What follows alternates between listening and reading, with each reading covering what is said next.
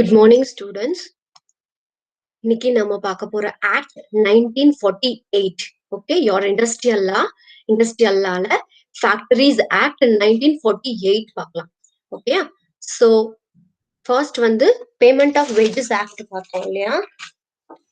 Now factories act 1948. Okay, so இந்த factories ஆக்ட்ல நம்ம என்னென்ன பார்க்க போறோம் அப்படின்னா, so object of the act, scope of the act and applicability of this act. Okay okay, we'll move to the introduction. So, introduction. There are several legislations which regulate the conditions of employment, work environment, and other welfare requirements of certain specific industries. The Factories Act 1948 enacted to regulate the working condition in factories. So, என்ன சொல்றான், நம்ம ஒரு இடத்துல work பண்றோம் அப்படின்னா அந்த work பண்ற இடத்துல எம்ப்ளாய்மெண்ட்னுடைய கண்டிஷன்ஸ், அங்க நம்ம ஒர்க் பண்ணக்கூடிய அந்த சூழல், அந்த என்விரான்மெண்ட், அங்க நமக்கு தேவையான வெல்ஃபேர் கண்டிஷன்ஸ், இது எல்லாத்தையும் சொல்றதுக்கு நிறைய ஆக்ட் இருக்கு. பட் ஆனா 1948 ஆக்ட், திஸ் ஃபேக்டரிஸ் ஆக்ட் வந்து எதுக்காக ரெகுலேட் பண்ணாங்க அப்படின்னா, ஃபேக்டரியில ஒர்க் பண்ணக்கூடிய ஒர்க்கர்ஸ்க்கான வேலை செய்யறதுக்கான என்விரான்மெண்ட், அந்த கண்டிஷன்ஸ் வந்து கரெக்டா இருக்குதா அப்படின்றத பாக்குறதுக்காக கொண்டுட்டு வந்த ஆக்ட் தான் 1948 ஃபேக்டரிஸ் ஆக்ட். ஓகேவா? சோ ஒரு கேஸ்ல கொடுத்திருக்காங்க. என்ன கேஸ்ல அப்படின்னா, Ravishankar Sharma versus state of Rajasthan. Okay, so இந்த கேஸ்லால கோர்ட் வந்து என்ன சொல்லிடுச்சு அப்படின்னா, the Factories Act is a social legislation and it provides for the health, safety, welfare and other aspects of the work in the factories. So இப்ப Factories Act எதுக்காக வந்ததுதான் அப்படின்னா, அந்த ஃபேக்டரியில ஒர்க் பண்ணக்கூடிய ஒர்க்கர்ஸினுடைய எல்லா விதமான தேவைகள், அவனோட சேஃப்டி, அவனோட வெல்ஃபேர், அவனோட ஹெல்த், இது எல்லாத்தையும் கொடுக்கறதுக்காக வந்து ஒரு லெஜிஸ்லேஷன். ஓகே, இன் ஷார்ட் என்ன சொல்றாங்கன்னா, it meant to provide protection to the work, okay, from exploitation. So அவனை வந்து அவனோட உழைப்பையும் அவனையும் சுரண்டதுல இருந்து அவனை ப்ரொடெக்ட் பண்றதுக்காக வந்து ஒன் ஆஃப் தி ஆக்ட் தான் வந்து என்னவாமா, ஃபேக்டரிஸ் ஆக்ட் அப்படின்னு சொல்றாங்க. சோ இந்த ஆக்டினுடைய மெயின் அப்ஜெக்ட் வந்து என்ன பார்த்தோம் அப்படின்னா, to ensure adequate safety measures and to promote health and welfare of the workers employed in factories. Ultimately இந்த ஆக்ட் வந்து இது ஃபுல்லா நம்ம எதை பத்தி பார்க்க போறோம் அப்படின்னா, நான் ஒரு ஃபேக்டரியில ஒர்க் பண்றேன், எனக்கான ஒர்க் கண்டிஷன், என்னோட ஹெல்த், என்னோட வெல்ஃபேர், சோ இந்த மாதிரி என்னோட சேஃப்டி மெஷர்ஸை ப்ரொமோட் பண்றதுக்காக வந்த ஒன் ஆஃப் தி ஆக்ட் தான் இந்த Factories Act. Okay, that also make provisions regarding employment of women and young persons, annual leave with wages, etc. So but also in the act வந்து not only speaking about the safety, welfare and health of the workers employed in the factory, but also எதை பத்தி பேசுது அப்படின்னா, provisions regarding employment of a women and young persons. So not only men, okay, but also ஒரு ஃபேக்டரியில நம்ம woman work பண்றாங்க, இல்ல youngsters work பண்றாங்க, மேபி சில்ட்ரன்ஸ் ஒர்க் பண்றாங்க, இல்ல அடல்ட்ஸ் ஒர்க் பண்றாங்க அப்படின்னா அவங்கள பத்தியும் பேசுது. பிளஸ் அவங்களுக்கு கொடுக்குற ஆனுவல் லீவ் வித் வேஜஸோட அவங்க கொடுக்குற ஆனுவல் லீவ், இந்த விஷயங்களை பத்தி எல்லாம் இந்த ஃபேக்டரிஸ் ஆக்ட் பார்க்க போறோம். ஓகே, இந்த ஆக்ட் எது வரைக்கும் அப்ளிகபிள்னா, all over the India full applicable, including Jammu and Kashmir to Kanyakumari வரைக்கும், to the whole of India this act will be applicable in case of manufacturing process and establishments falling within the definition of factory. Okay, so எந்தெந்த establishment எல்லாம் ஃபேக்டரின்ற definition கீழே வருதோ, so அந்த factories எல்லாத்துக்குமே this act is applicable. Okay, then unless otherwise provided, it is also applicable to the factories belonging to the central or state government. Suppose எதுவுமே சொல்லல அப்படின்னாலும் central and state government ஃபேக்டரிஸ்க்கு கூட இந்த act applicable. அப்படி இல்ல central and state government வந்து அவங்க government கம்பெனிக்கு தனி சில ஆக்ட் வச்சிருந்தாங்கன்னா அவங்க அதை ஃபாலோ பண்ணிக்கிட்டோம். சப்போஸ் எதுவுமே சொல்லல அப்படின்னா இந்தியாக்குள்ள இருக்கிற கவர்மெண்ட் ஃபேக்டரிஸ்க்கு also this act will be applicable. So இந்த ஆக்ட் எப்போ ஃபோர்ஸுக்கு வந்தது அப்படின்னா, April 1, 1949 அன்னைக்கு came into force to the whole of India. ஓகேனா, the next important definitions கொடுத்திருக்காங்க. அது என்னன்னு பார்த்தோம் அப்படின்னா, first one competent person. So competent person அப்படின்னா என்ன, இங்க எப்படி டிஃபைன் பண்ணிருக்காங்க அப்படின்னா, section CA defines the expression competent person in relation to any provisions of this act means a person or an institution recognized as such by chief inspector for the purpose of carrying out test, examination, inspections required to be done in a factory under the provisions of this act. So இந்த ஆக்டுக்கு கீழே யார வந்து இன்ஸ்பெக்டரா, chief இன்ஸ்பெக்டரா நம்ம apply பண்ணிருக்கோமோ இந்த science எதுக்காக அப்படின்னா ஒரு ஃபேக்டரியில வந்து சப்போஸ் அவங்க போறாங்க ஒரு இன்ஸ்பெக்ட் பண்ணணும் இல்ல சில விஷயங்களை எக்ஸாமைன் பண்ணணும் இல்ல அங்க நடக்கிற மேனுஃபேக்சரிங் ப்ராசஸ் நான் டெஸ்ட் பண்ணணும் அப்படின்ற ஒரு கான்செப்ட்ல யாரு வந்து சீஃப் இன்ஸ்பெக்டரா நம்ம அப்ளை பண்ணிருக்கோமோ the person will be termed as competent person. Okay, so அவங்க வந்து எதை வந்து இந்த ஆக்ட்ல அவங்களோட ஒர்க் வந்து என்ன அப்படின்னா having regard to qualification and experience of the person and facilities available at his disposal or qualification and experience of the person employed in such institutions and facilities available therein with regard to the conduct of search test examination inspector and more than one person or institution can be recognized as a competent person in relation to a factory. So அப்ப என்ன சொல்றோம் அப்படின்னா so suppose எனக்கு test and examination இன்ஸ்பெக்ஷன்ஸ்க்கு more than one person தேவைப்படுது அப்படின்னா I can appoint another person also as an competent person to the factory. Okay, so competent person is nothing but inspector. Okay, நம்ம கம்பெனிக்கு யாருனாவது டக்குன்னு ஒரு ரைடுக்கு வராங்க அப்படின்னா the search person is called an inspector. Okay, ride in relation to the manufacturing process and the working condition and environment அது ரிலேட்டடா யாராவது ரைடுக்கு வந்தாங்க அப்படின்னா search person is termed as an competent person. Next hazardous process. Hazardous process அப்படின்னா nothing நமக்கு எதனாவது தீங்கு விளைவிக்கிற மாதிரி நமக்கு ஏதாவது கெட்டது தர மாதிரி அங்க ப்ராசஸ் வந்து ரொம்ப ஒரு ஹார்ம்ஃபுல்லான ப்ராசஸ் மேனுஃபேக்சரிங் ப்ராசஸ். அதாவது இந்த இரும்பு உருக்குறது, நெக்ஸ்ட் இந்த என்ன சொல்றது எலக்ட்ரிசிட்டி கிரியேட் பண்ற இடம். சோ அந்த மாதிரி இடமெல்லாம் பார்த்தோம் அப்படின்னா அந்த தெர்மல் பவர் யூஸ் பண்றது, நெக்ஸ்ட் அந்த அனல் மின் நிலையம் அந்த மாதிரி எல்லாம் சொல்றோம் இல்லையா. சோ அந்த மாதிரி இடங்கள்ல ஹசார்டஸ் ப்ராசஸ்ன்னு சொல்லுவாங்க. சோ இப்ப ஹசார்டஸ் ப்ராசஸ் அப்படின்னா என்னன்னா செக்ஷன் 2 சப்செக்ஷன் சிபி வந்து டிஃபைன் பண்ணது. ஸோ ஹசார்டஸ் ப்ராசஸ் அப்படின்னா any process or activity in relation to an industry specified in the first schedule. அப்ப ஹசார்டஸ் ப்ராசஸ் எதுல மென்ஷன் பண்ணிருக்காங்கன்னா ஷெட்யூல் 1ல வந்து செக்ஷன் 2 சப்செக்ஷன் சிபி ஷெட்யூல் 1ல வந்து ஸ்பெசிஃபை பண்ணிருக்காங்க. So unless special care is taken, so special care நம்ம டேக் பண்ணல அப்படின்னா the raw material used therein or intermediate or finished product byproduct waste or effluents thereof would cause material impairment to the health of the person engaged in connected therewith or result in pollution of the general environment. So எந்தெந்த manufacturing எல்லாம் நம்மளோட ஹெல்த்துக்கு வந்து impairment கொடுக்குதோ ஒரு தீங்கு கொடுக்குதோ otherwise இந்த என்விரான்மெண்டலுக்கு பொல்யூஷனை கொடுக்குதோ சர்ச் process are termed as hazardous process சொல்லுவாங்க. ஓகே, then the state government may by notification in the official gazette amend the first schedule by way of addition, omission, variation of any industry specified in said schedule. So அப்ப என்ன பண்ணுவாங்க state government வந்து ஒரு official கெசட்ல ஒரு notification விட்டுருவாங்க. எதனாவது ஒரு கெசட்ல என்னன்னு schedule first அப்படின்னு சொல்லி போட்டு அவங்க வந்து சில ஃபேக்டரிஸ் எல்லாம் லிஸ்ட் அவுட் பண்ணிடுவாங்க. சோ இந்த ஃபேக்டரிஸ் எல்லாம் என்ன அப்படின்னா carrying of hazardous process. So இப்ப அந்த ஹசார்டஸ் ப்ராசஸ் கேரி பண்ற ஃபேக்டரிஸ் எல்லாம் எப்படி இருக்கணும்னா சேஃப்டி மெஷர்ஸ் வந்து அவங்க கரெக்டா யூஸ் பண்ணணும். Okay, the next manufacturing process அப்படின்னா என்ன? so section 2 subsection k வந்து manufacturing process define பண்ணுது. so இப்ப manufacturing processனா என்ன அப்படின்னா making, altering, repairing, ornamenting, finishing, packing, oiling, washing, cleaning, breaking off, demolishing or otherwise treating or adopting any article or substance with a view to use it sale, transport, delivery or disposal. so எந்த ஒரு ப்ராடக்டையுமே நம்ம use பண்ற நோக்கத்தோடயோ இல்ல sale பண்ற நோக்கத்தோடயோ இல்ல transport பண்ற நோக்கத்தோடயோ otherwise delivery R dispose பண்ற நோக்கத்தோடயோ எதாவது நம்ம மேக் பண்றோம், ஆல்டர் பண்றோம், ரிப்பேர் பண்றோம், ஃபினிஷ் பண்றோம், பேக்கிங், ஆயிலிங், வாஷிங் இந்த மாதிரி கான்செப்ட்ஸ் எல்லாமே is termed under manufacturing process. Not only this and also pumping oil, pumping water, sewage or any other substance, other generating, transforming, transmitting power, construction, reconstruction, repairing, refitting, finishing, breaking up ships or vessels, next preserving or storing any article in cold storage. இது எல்லாமே வந்து என்னன்னா printing or printing by letters, lithography. லித்தோகிராபினா கல்லுல வந்து சுவர் ஓவியம் திட்டுறாங்க இல்லையா, கல்லுலயே செதுக்குறாங்களே அது. தென் போட்டோகிராஃபியோ or other similar process or book binding. இது எல்லாமே comes under the terms of manufacturing process. So அப்போ ஒரு விஷயத்த வந்து நம்ம வந்து புதுசா உருவாக்குறது மட்டும் கிடையாது, மேனுஃபேக்சர் கிடையாதுடா. சோ இந்த டர்ம்ஸ் எல்லாமே வந்து என்ன அப்படின்னா மேனுஃபேக்சரிங் ப்ராசஸ்ல கவர் ஆகும். ஓகேயா, நெக்ஸ்ட் ஒரு கேஸ்லாம் உனக்கு கொடுத்திருக்கா. Miss Qazi Noorul Hasan Hamid Hussain petrol pump versus deputy director employees state insurance corporation. So இவங்க ரெண்டு பேத்துக்கு இடையில நடந்த கேஸ்ல. So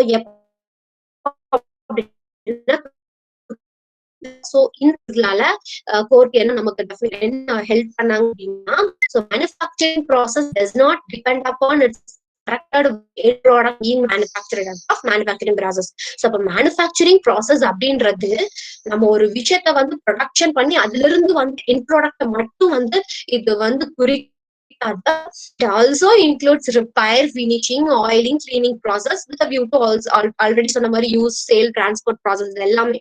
Okay, so it cannot be restricted to any activity which may result into manufacturing something of a production or commercial different article. The manufacturing process cannot be interpreted in a narrow sense in respect of an act which is meant for the purpose of connected with the social welfare. So அப்ப இது வந்து ஒரு குட்டி டேர்ம்ல வந்து அடக்கிட முடியாது. Manufacturing அப்படின்றது வந்து ஒரு விஷயத்தை புதுசா ப்ரொடக்ஷன் பண்றது மட்டும் மேனுஃபேக்சரிங் சொல்லிட்டு நம்மளால இன்டர்பிரட் பண்ண முடியாது.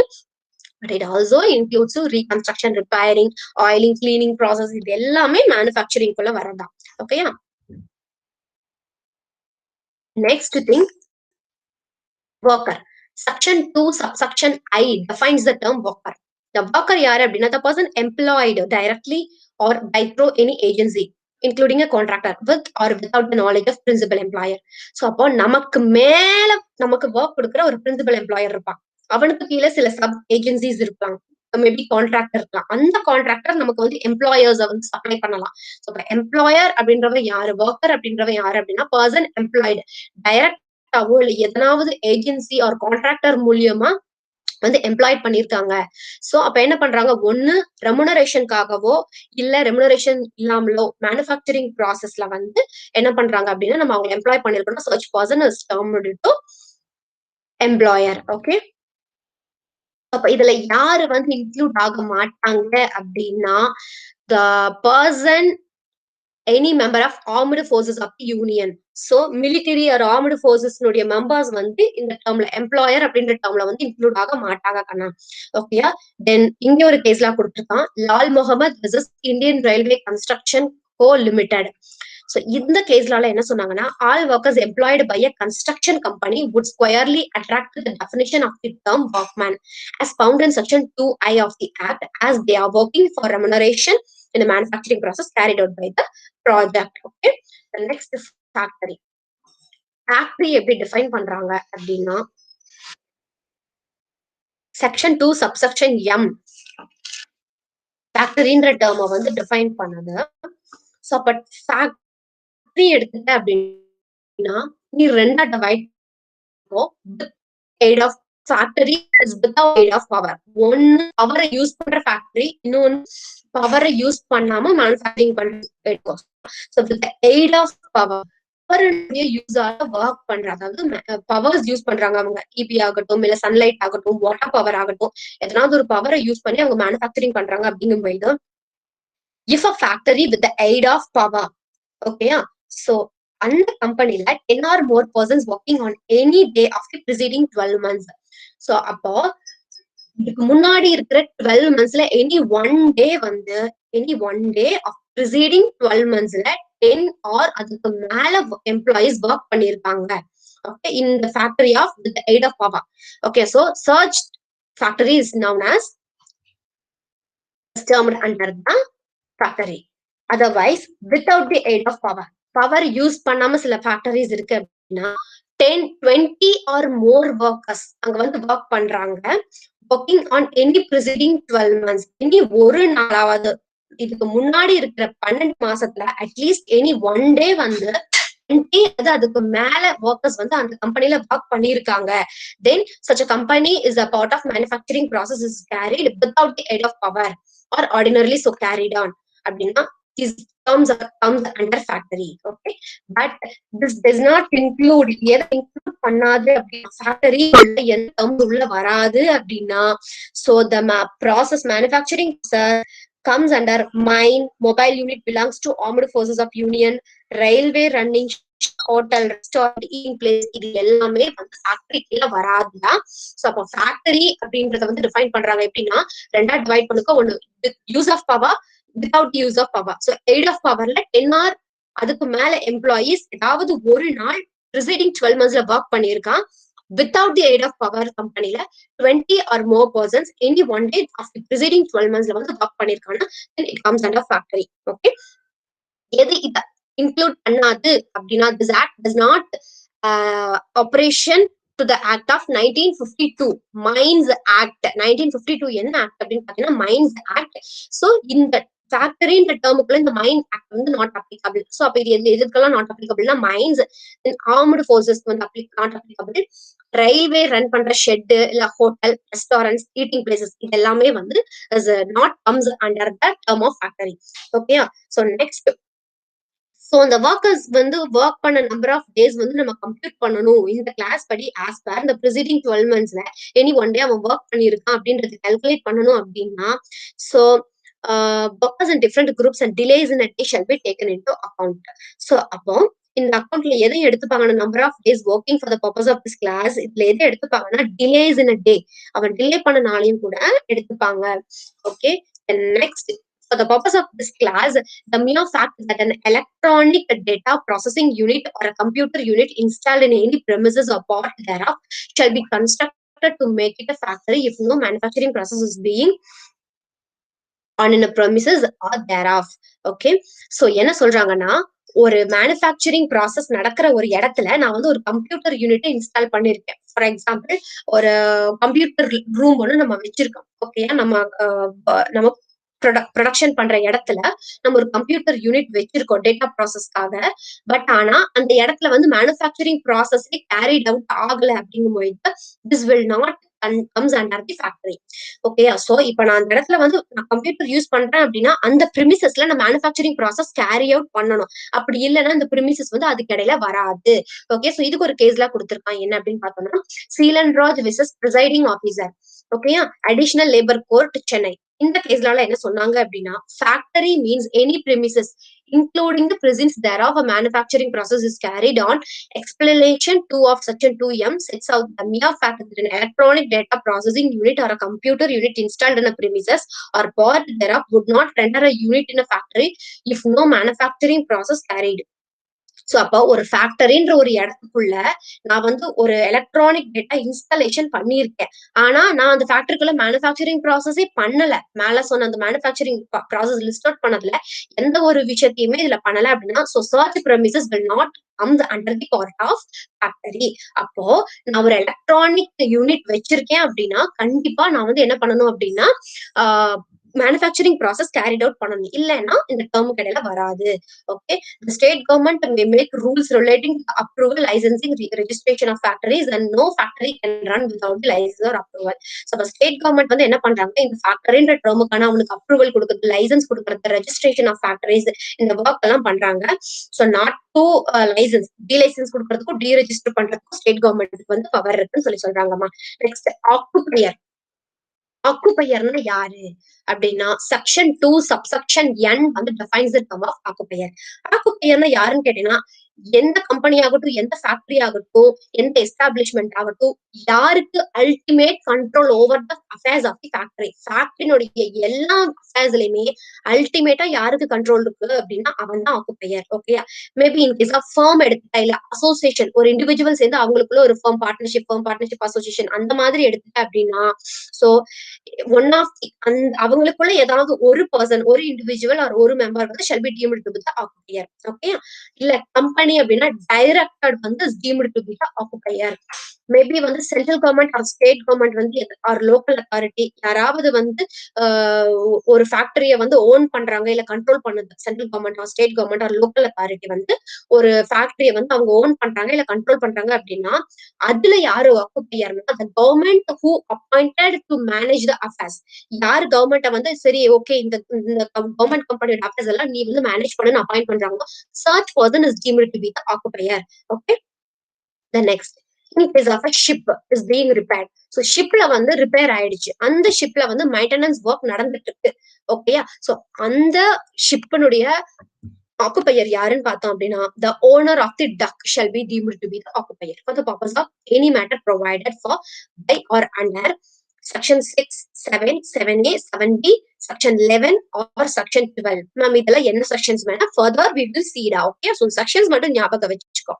என்ன சொல்றாங்கன்னா, செக்ஷன் 6, 7, 7A, 7B, 11, செக்ஷன் 12 இந்த செக்ஷனுக்கு எல்லாம் the owner of the ship, அந்த டக்குனுடைய ஓனர் தான் வந்து யாரு அப்படின்னா ஆக்குபையர் அப்படின்னு சொல்றாங்க. ஓகே, நெக்ஸ்ட் செக்ஷன் 17 இந்த இதுக்கு வந்து யாரு அப்படின்னா and so far as it relates to providing and maintenance of sufficient and suitable lighting in around the duct. Next, section 18, section 19, 42, 46, 47, and 49 in relation to the workers employed under repair or maintenance. So, in the Vishangalallah, the owner of such place will be deemed to be the occupier. Okay. Then next, the owner of the ship or his agent or master or other office in charge of ship or any other person who contracts with such owner. So, master or other office in charge to carry out the repair or maintenance work shall be deemed to be the occupier for the purpose of any matter provided or under the section 13, 14, 16, 17. And chapter 4 or section 43, 44, 45, chapter 6, chapter 7, chapter 8, and chapter 9 of section 108 and section 109 or section 110 in relation to the workers employed directly by him or by through any agency. Maintenance plant premises in use for the purpose of carrying out such repair or maintenance work of such owner, agent, master, or other person's office in charge of a person. So at last என்ன சொல்றாங்கன்னா இதுல இவன் சொல்லியிருக்க sections here after further நம்ம பார்க்க போற செக்ஷன்ஸ்ல எல்லாத்துலயுமே the person who contract with சர்ச் ஓனர் யார் அந்த ஓனர் கூட கான்ட்ராக்ட்ல இருப்பாங்களோ அவங்களும் is termed as occupier. Otherwise the owner of the ship இல்ல அந்த ஏஜென்டனுடைய ஓனர் அதர்வைஸ் அந்த மாஸ்டரனுடைய owner is deemed to be the ஆக்குபையர்னு சொல்லி சொல்றாங்கடா. இங்க ஒரு கேஸ்ல கொடுத்திருக்கான்.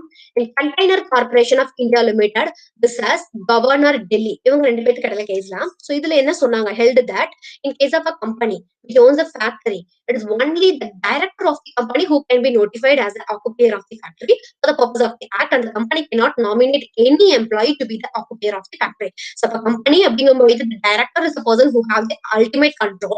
So அப்ப வந்து எம்ப்ளாயிய போயிட்டு நம்ம போயிட்டு அவன் தான் வந்து occupier அப்படின்னு சொல்லிட்டு நம்ம பண்ண முடியாது அப்படின்னு சொல்லி ஒரு டிசிஷன் கொடுத்திருக்காங்க. Next Indian Oil corporation vs labour commissioner இவங்க ரெண்டு பேருக்கு இடையில ஒரு கேஸ்ல வந்திருக்கு. சோ இதுல என்னன்னா it was held that for the purpose of section 2 subsection n what is to see who has the ultimate control over the affairs of the factory. ஆமாவா, he is the person who is the occupier. யாருக்கு ultimate control இருக்கோ அவன் occupier. Relevant provisions regarding establishment of Indian Oil Corporation Limited and its working leave no doubt that ultimate control over all the affairs of the corporation.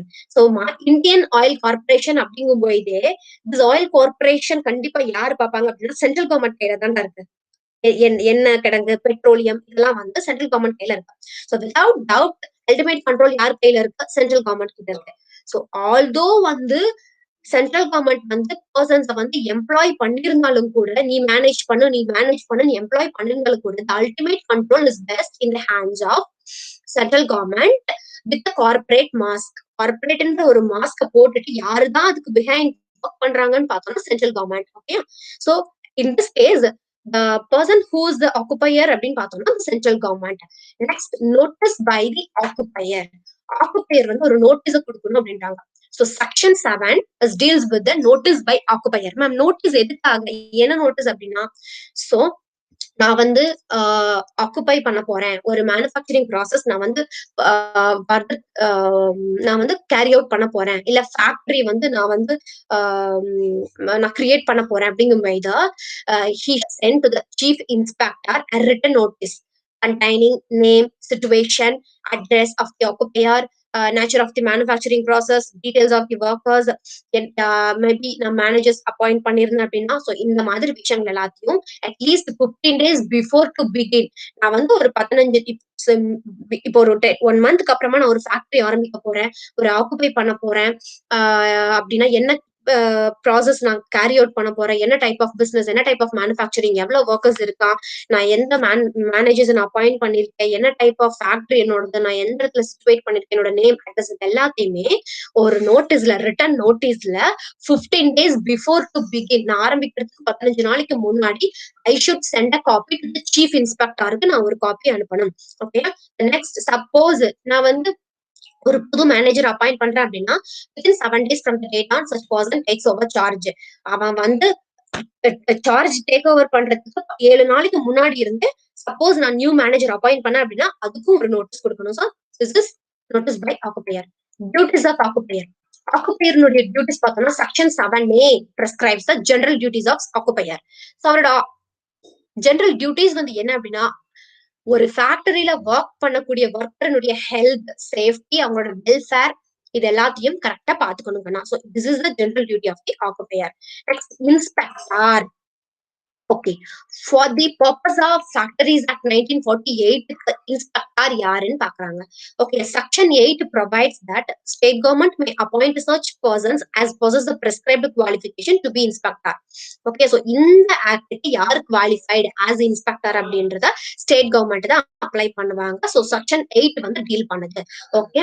So May assign them the local limits as it may think fit. So அந்த within the local limit யாரெல்லாம் வந்து இன்ஸ்பெக்டரா இருப்பாங்கன்னு feel பண்ணுதோ state government வந்து appoint பண்ணுது. Section 9 powers of inspector. Section 8 வந்து appointment of இன்ஸ்பெக்டர்னு வச்சுக்கோ. So section 9 பார்த்த அப்படின்னா what are all the powers of inspector? இன்ஸ்பெக்டருக்கு இருக்கிற பவர்ஸ் வந்து என்னன்னு பார்த்தோம் அப்படின்னா, so he may enter into any place which is used or which he has a reason to believe is used to as a factory. So எதெல்லாம் factory நம்புறானோ, எதெல்லாம் வந்து ஃபேக்டரியை use பண்ணிட்டு இருக்காங்களோ அந்த இடத்துக்குள்ள அவன் டக்குன்னு என்டர் ஆகலாம். So he can examine the premises, plant, machinery, article, substance எல்லாத்தையுமே வந்து அவர் எக்ஸாமைன் பண்ணலாம். ஃபேக்டரி எப்படி இருக்கு, premises எப்படி இருக்கு, பிளான்ட் எப்படி இருக்கு, மெஷினரி எப்படி இருக்குன்னு. ஸோ தென் எதனாவது ஆக்சிடென்ட் ஆயிருச்சு, எதனாவது டேஞ்சர்ஸ் அக்கர் ஆயிருச்சு, இல்ல வந்து அங்க ஒர்க் பண்ற பர்சன்ஸ் வந்து டிசபிள் ஆயிட்டாங்க, இல்ல இன்ஜூர் ஆயிட்டாங்க அப்படின்னா, சோ அவங்க என்ன பண்ணலாம் அப்படின்னா அந்த ஸ்பாட்லயே போய் ஸ்டேட்மெண்ட் கேட்டு அவங்க என்கொயரி மேக் பண்ணலாம். நெக்ஸ்ட் அதர்வைஸ் அந்த கம்பெனில நான் பண்ணக்கூடிய ப்ரொடக்ஷன் ப்ராசஸ் டாக்குமெண்ட் கேட்கலாம். அதர்வைஸ் நான் ரெக்கார்ட் பண்ணிட்டு இருக்க ரெஜிஸ்டர்ஸ், டாக்குமெண்ட்ஸ் அதனோட காப்பியை கேட்டு என்கிட்ட காப்பி கேட்கறதுக்கும் அந்த ரெக்கார்ட்ஸ் சீஸ் பண்றதுக்கும் அவருக்கு பவர் இருக்கு. அதர்வைஸ் மேபி நான் அங்க ப்ரொடக்ஷன் பண்ணிக்கிட்டு இருக்க அந்த ஃபேக்டரியில ஏதாவது ஒரு ஆர்டிக்கலை நான் என்ன மேனுஃபேக்சர் பண்றேன், அதுக்கு எவ்வளவு கெமிக்கல்ஸ் யூஸ் பண்றேன், என்னென்ன ப்ராடக்ட்ஸ் யூஸ் பண்றேன், எப்படி ப்ரொடக்ஷன் ப்ராசஸ் பண்றேன் அப்படின்றத எக்ஸாமைன் பண்றதுக்கு maybe he take position of any article. அதை நான் எடுத்துக்கலாம். அங்க மேனுஃபேக்சர் பண்ற ஏதாவது ஒரு ப்ராசஸ நான் எக்ஸாமைன் பண்ணணும்ன்ற கான்செப்ட்ல நான் அதை வந்து எடுத்துக்கலாம். ஆர்டிக்கல் ஒரு சப்ஸ்டன்ஸ் எதை வேணா எடுத்துக்கலாம். அதர்வைஸ் வேற என்னென்ன பவர்ஸ் எல்லாம் எனக்கு கொடுத்துருக்காங்களோ அந்த பவரையும் நான் எக்ஸசைஸ் பண்ணலாம். So these are all the powers of inspector. Next certified surgeons. Section 10 provides that the state government may appoint qualified medical practitioners to be certified surgeons for the purpose of this act. Within the such local limits of the factory, as a description of factories, it may assign to them respectively. அதாவது கண்ணா state government as per section 10 under the Factories Act 1948 state government வந்து என்ன பண்றாங்கன்னா ஒரு குவாலிஃபைடான medical பிராக்டிஷனரை வந்து certified சர்ஜன்ஸா appoint பண்றாங்க. Specially for this section. இந்த ஆக்டுக்குன்னே state government வந்து ஒரு மெடிக்கல் பிராக்டிஷனரை வந்து சர்டிஃபைடு சர்ஜனா வந்து அப்பாயிண்ட் பண்றாங்க. எதுக்காக அப்படின்னா, சோ அவங்க வந்து சர்டிஃபைட் சர்ஜன் எதுக்காக மேம் அப்படின்னா, அங்க எதனாவது அந்த சர்ஜன்ஸோட டியூட்டிஸ் பார்த்தோம் அப்படின்னா மேபி ஒரு ஃபேக்டரியில யங் பர்சன்ஸ் யாராவது இருக்காங்க அப்படின்னா சோ அவங்களை எக்ஸாமைன் பண்றது. ஓகேயா? So examine of persons engaged in factories in such dangerous occupations process as may be prescribed. எதனாவது hazardous process வந்து நம்ம வந்து என்னோட ஃபேக்டரியில நான் பண்ணிட்டு இருக்கேன், ரொம்ப ஒரு டேஞ்சரான ஒரு ப்ரொடக்ஷன் ப்ராசஸ் கேரி அவுட் பண்ணிட்டு இருக்கேன்னா அங்க இருக்கிற பர்சன்ஸனுடைய ஹெல்த் கண்டிஷனை வந்து எக்ஸாமைன் பண்றதுக்கு. ஓகேயா? in exercising of such medical supervision as may be prescribed for any factory or class or description of factories where case of illness have occurred which is reasonable to believe or due to the nature of the manufacturing process. Suppose அந்த கம்பெனில நடந்த manufacturing ப்ராசஸ்னால எனக்கு எதனாவது உடம்பு சரியில்லாம ஆயிடுச்சு அப்படின்னா என்னோட இல்னஸ வந்து சூப்பர்வைஸ் பண்றதுக்கு அவருக்கு வந்து கண்ட்ரோல் இருக்கு. By reason any change in the manufacturing process carried or in substance used therein, reason of adoption of any new manufacturing process or any substance used in manufacturing process, there is a likelihood of injury to the health of employed workers in the manufacturing process. So அப்போ அவருக்கு இன்னும் எதுக்கு power இருக்கு அப்படின்னா, என்னோட manufacturing process டக்குன்னு நான் மாத்திட்டேன். முதல்ல வேற மேனுஃபேக்சரிங் பண்ணிட்டு இருந்தேன், இப்ப மாத்திட்டேன். இல்ல நான் யூஸ் பண்ற ரா மெட்டீரியல்ஸ் மாத்திருக்கேன், இல்ல நியூ ப்ராசஸ் எதனாவது நான் கேரி அவுட் பண்ணிருக்கேன், இல்ல நான் யூஸ் பண்ண சப்ஸ்டன்ஸ் ஏதாவது வந்து புதுசா இருக்கு, இதனால எனக்கு என் உடம்பு வந்து ஏதோ ஒத்துக்கல அந்த ப்ராசஸ்னால அப்படின்னா அதை எக்ஸாமைன் பண்றதுக்கும் அவருக்கு வந்து பவர் இருக்கு. நெக்ஸ்ட் யங் பர்சன்ஸ் வந்து அந்த கம்பெனில வந்து ஒர்க் பண்ணிட்டு இருக்காங்க, அவங்களோட ஒர்க் ஏதோ வந்து இன்ஜூரி ஆயிடுச்சு அப்படின்னா அதை எக்ஸாமைன் பண்றதுக்கும் சர்டிஃபைடு சர்ஜனுக்கு வந்து என்ன இருக்கு அப்படின்னா having responsibility and power. Okay, then next factory அப்படின்னு எடுத்துட்டோம்னா factory should carry out a welfare measures. Okay, so the welfare measures வந்து என்னென்னு பார்த்தோம் அப்படின்னா அங்க ஒர்க் பண்றவங்களோட ஹெல்த், அவங்களோட safety, suppose in case of hazardous ப்ராசஸா இருந்ததுன்னா அவங்களோட சேஃப்டி. நெக்ஸ்ட் ஒர்க்கர்ஸோட வெல்ஃபேர், அவங்களுடைய அடல்ட்டா இருந்தா ரொம்ப நேரம் அவங்க ஒர்க் பண்ண வைக்கக்கூடியது, ஸோ அவங்களோட working hours. Next young persons வந்து எம்ப்ளாய்மெண்ட் பண்ணியிருந்தோம்னா அவங்களுக்கு நம்ம எப்படி ஒர்க் கொடுக்கணும். நெக்ஸ்ட் ஆனுவல் லீவ் கொடுக்கணும் வித் வேஜஸோட கொடுக்கணும். So these are all the welfare measures of factories. Next health ரிலேட்டடா ஃபேக்டரி வந்து என்னென்ன விஷயங்களை கேரி அவுட் பண்ணணும்னு பார்த்தோம் அப்படின்னா சாப்டர் 3 1948 Factories Act Chapter 3 வந்து deals with the measures to be taken considering the health aspect of the workers. So அப்போ ஒர்க்கரோட health aspect ரிலேட்டடா இதெல்லாம் பார்க்கணும் அப்படின்னா கிளீன்லினஸ், ஃபேக்டரியில இருக்கிற கிளீன்லினஸ், ஸோ அங்க வேஸ்ட் அண்ட் எஃப்ளூயன்ஸை வந்து எப்படி நம்ம டிஸ்போஸ் பண்றோம், அங்க கிடைக்கிற வேஸ்ட் அந்த கழிவுகளை நம்ம எப்படி டிஸ்போஸ் பண்றோம், அங்க வென்டிலேஷன் எப்படி இருக்கு, டெம்பரேச்சர் எப்படி இருக்கு ஃபேக்டரியில, டஸ்ட், புகை, ஆர்டிபிஷியல் ஹியூமிடிஃபிகேஷன், சப்போஸ் ரொம்ப ஹாட்டா இருந்தா அந்த ஆர்டிபிஷியலா நம்ம எப்படி ஈரப்பதத்தை உருவாக்குறோம், ஓவர் கிரௌடிங் இருக்கா, லைட்டிங் இருக்கா, ட்ரிங்கிங் வாட்டர்ஸ், லேட்ரின்ஸ் அண்ட் யூரினல்ஸ், ஸ்பைட்டூன்ஸ், இத பத்தின எல்லா விஷயங்களையுமே யாரு வந்து கேரி ஓவர் பண்ணணும் அப்படின்னா occupier of the factory should be taken care of these all things. So அப்ப இந்த all things related அவங்க என்னென்ன கேர் எடுக்கிறாங்கன்னு பார்க்கலாம். ஸோ ஃபர்ஸ்ட் திங் வந்து கிளீன்லினஸ் தான். Section 11, okay, section 11 of the 1948 act வந்து எதை சொல்லுதுன்னா கிளீன்லினஸ் பத்தி பேசுது. ஒரு ஃபேக்டரி இருக்கு அப்படின்னா கண்டிப்பா the factory should be kept கிளீனா இருக்கணும். It should be free from effluvia. So effluvia அப்படின்னா என்னன்னு பார்த்தோம் அப்படின்னா ஸோ ஹசார்டஸ் டஸ்ட், நமக்கு தீங்கு விளைவிக்கக்கூடிய எதனாவது டஸ்ட்ங்களை வந்து நம்ம என்ன சொல்லணும்னா effluvia. ஸோ அந்த மாதிரி விஷயங்கள் வந்து ஃபேக்டரியில இருந்து அரைஸ் ஆகுதா, நம்ம உடம்புக்கு கெடுதலான ஏதோ ஒரு விஷயம், எத்தனாவது ஒரு டஸ்ட், எத்தனாவது ஒரு ஃபிளேம் அங்க இருந்து அரைஸ் ஆகுதா, நாய்சன்ஸ் அரைஸ் ஆகுதா, ட்ரெயின் எதனா ரைஸ் ஆகுதுன்னு சொல்லி பார்க்கணும். சோ அப்படி எதனாவது இருந்ததுன்னா removal of accumulated dust and refuse on floors, benches of work room, staircases, passengers and effective disposal of the same. So அப்போ அப்படி எதனாவது அக்யூமுலேட்டட் ஒன்னு சேர்ந்த டர்ட் எதனாவது இருந்ததுன்னா அதெல்லாம் வந்து என்ன பண்ணிடணும்னா ஃப்ளோர்ஸ் இல்ல நம்ம ஒர்க் ரூம்ல இருக்க பெஞ்சஸ், ஸ்டேர் கேசஸ் எல்லாத்தையும் கிளீன் பண்ணிட்டோம், அதுல இருக்கிற அக்யூமுலேட்டட் டர்ட் கிளீன் பண்ணிடணும். நெக்ஸ்ட் எவ்ரி ஃப்ளோரையுமே வந்து என்ன பண்ணணும் அப்படின்னா வீக்லி ஒன்ஸ் வந்து கண்டிப்பா இன்ஃபெக்ட் இல்லாத அளவுக்கு நம்ம வாஷ் பண்ணி வைக்கணும். Providing effective drainage for removing water. So கரெக்டான ட்ரைனேஜ் ஃபெசிலிட்டி வந்து அங்க இருக்கணும். பிகாஸ் அந்த வாட்டரை ரிமூவ் பண்றதுக்கு கண்டிப்பான ட்ரைனேஜ் ஃபெசிலிட்டி இருக்கணும். Next to ensure that interior walls and roofs etcetera kept clean இந்த following to be complied with. So maybe roofs மேல இருக்கிற கூரையில நிறைய நமக்கு இந்த ஒட்டடை எல்லாம் இருக்கும், டஸ்ட் இருக்கும், இல்ல வால்ஸ், இன்டீரியர் வால்ஸ், இது எல்லாத்தையுமே கண்டிப்பா கிளீனா வச்சிருக்கணும். அது எப்படி வச்சிருக்கணும்னு சொல்றாங்க அப்படின்னா கண்டிப்பா நம்மளுடைய white wash or color wash should be carried out at least once in every period of 4 months. So 14 மாசத்துக்கு once கண்டிப்பா என்ன சொல்றான், white wash பண்ணணும் இல்ல கலர் வாஷ் பண்ணணும்னு சொல்லி சொல்றான். ரூஃப்ஸ் அண்ட் வால்ஸ், வால் ஆகட்டும் ரூஃப்ஸ் ஆகட்டும் நீ கண்டிப்பா பெயிண்ட் பண்ணிருக்கணும் 14 மாசத்துக்கு ஒன்ஸ், நீ வந்து வருஷத்துக்கு ஒன்ஸ். ஓகே, நெக்ஸ்ட் சர்ஃபேஸ், இந்த சர்ஃபேஸ் இது எல்லாத்தையும் வார்னிஷ் போட்டோ இல்ல ரிப்பேர் ரீவார்னிஷிங் போட்டோ வந்து எவ்ரி 6 monthsக்கு என்ன பண்ணணும் அப்படின்னா கண்டிப்பா வந்து நம்ம கிளீன் பண்ணி வைக்கணும். சப்போஸ் வாஷபிள் அப்படின்னா அந்த சர்ஃபேஸ் வந்து வாஷபிள்னா 6 மாசத்துக்கு ஒன்ஸ் நீ வாஷ் பண்ணு. இல்ல வாஷபிள் கிடையாது, வார்னிஷ் தான் பண்ணணும் அப்படின்னா எவ்ரி 5 yearsக்கு ஒன்ஸ் நீ வார்னிஷ் பண்ணா போதும், ஒரு பெயிண்ட் பண்ணா போதும். Okay, next thereby painted or varnished or where they have smooth impervious surface, it should be cleaned only in a period of 14 months by way of such as may be prescribed.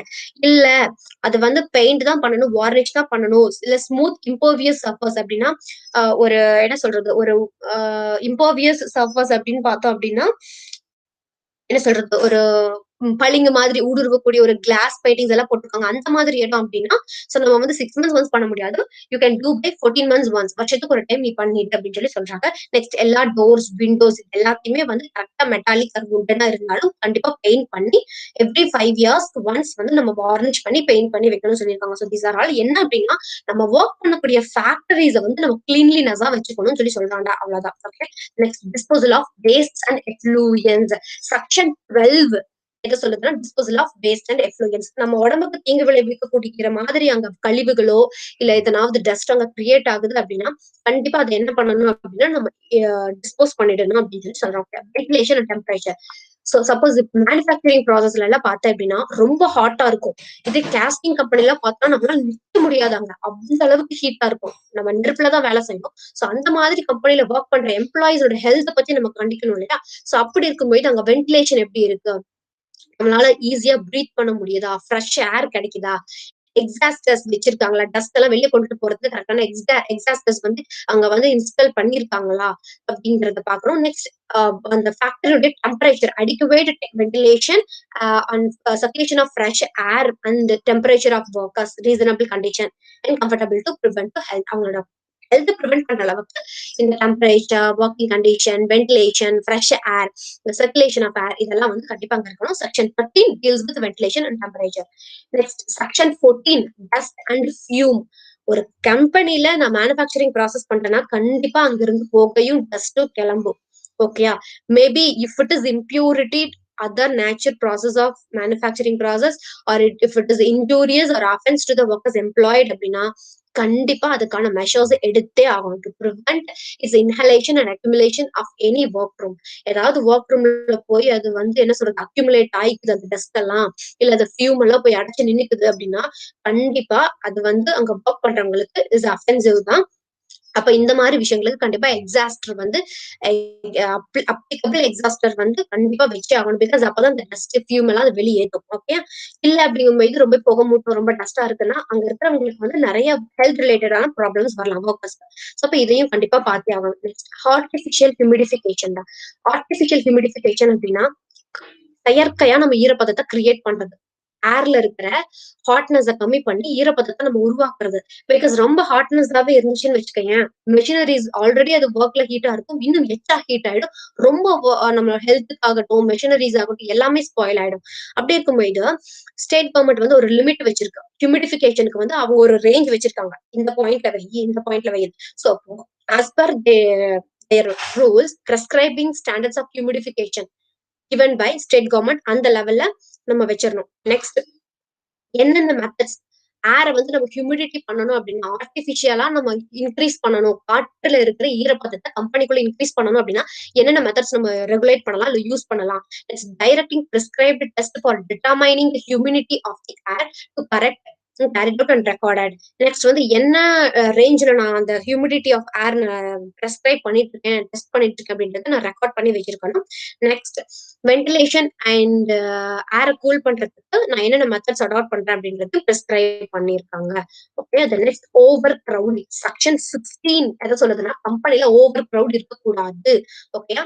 Suppose every work room in a factory, எல்லா work ரூம்லயுமே at least 14.2 cubic metre space for every work employed தேரின்.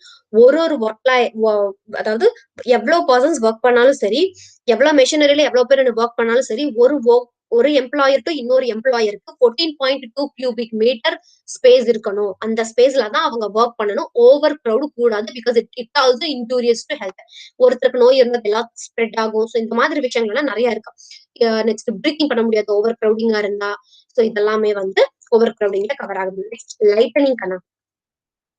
Lightening ஏன் ரொம்ப முக்கியம் அப்படின்னா அங்க work பண்ற எல்லா எம்ப்ளாயிஸ்க்குமே வந்து கண் பார்வை கரெக்டா இருக்குன்னு சொல்ல முடியாது. சிலருக்கு லைட் லைட் லைட் கம்மியான வெளிச்சத்துல நல்லா ஒர்க் பண்ணுவாங்க, சிலருக்கு அதிகமான வெளிச்சத்துல ஒர்க் பண்ணுவாங்க, சிலர் வந்து அவங்களுக்கு வந்து கிளார் அடிக்கும், சிலருக்கு கண்ணு பூசும். இந்த மாதிரி விஷயங்கள் எல்லாம் இருக்கும்போது ஒரு ஹசார்டஸ் ப்ராசஸ் ஆகட்டும், ஒரு மேனுஃபேக்சரிங் ப்ராசஸ் ஆகட்டும், ஒரு ஃபேக்டரியில ஆகட்டும் ஒர்க் பண்ணும்போது நம்மளோட கண் பார்வை வந்து ரொம்ப முக்கியம் இல்லையா? ஸோ அதுக்காக lightening section. Okay, section 17 provides that every part of a factory where workers are working or passing there shall be provided and maintained sufficient and suitable lighting, natural or artificial both.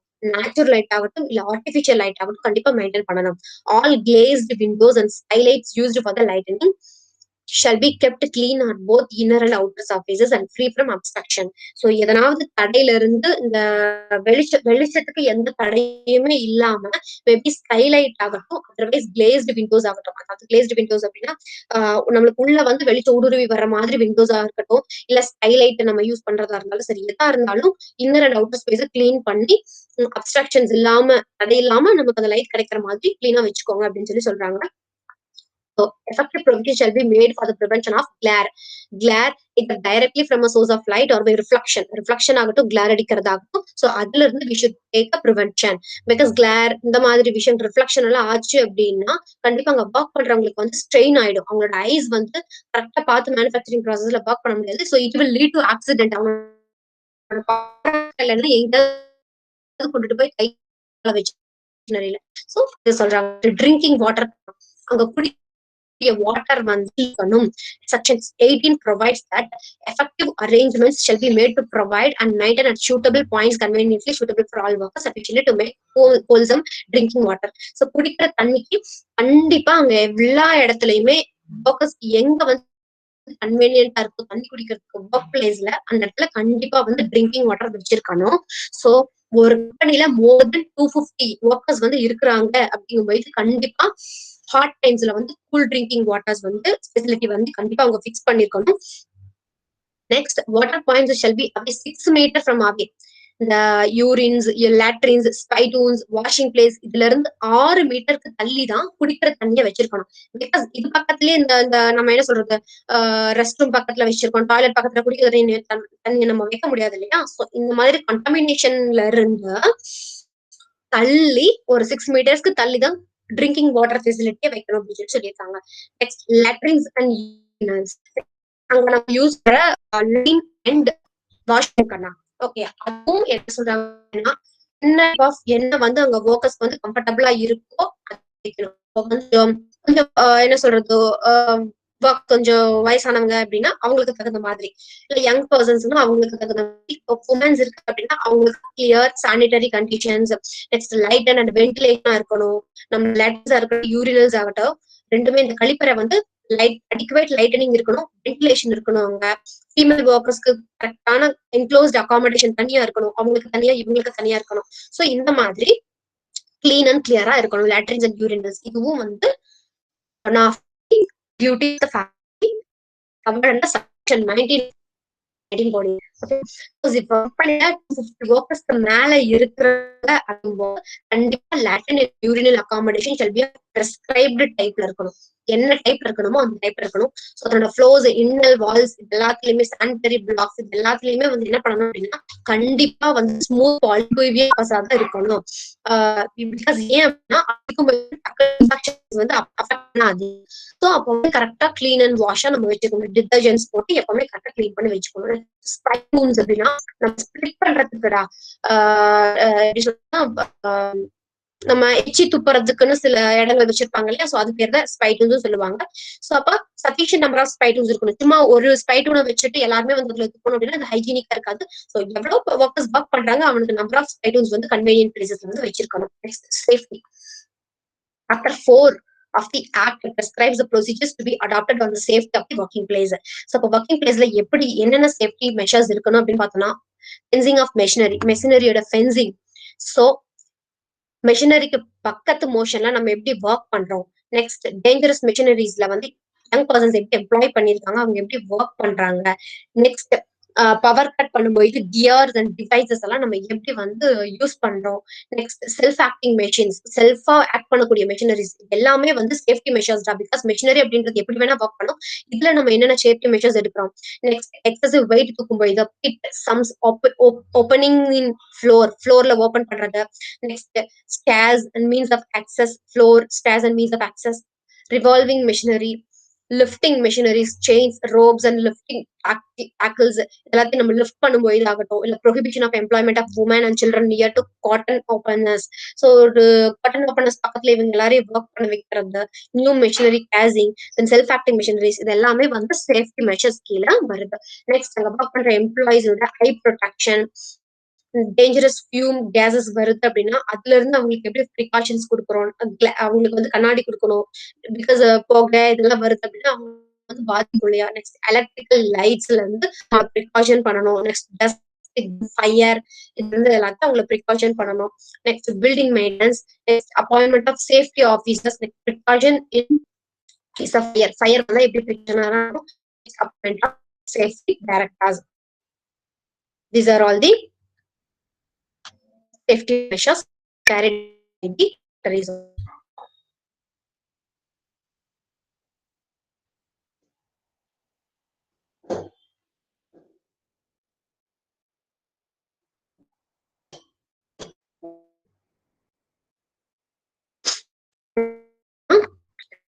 this session conclude from we conclude the entire 48. Okay, thank you, man. Thank you for watching.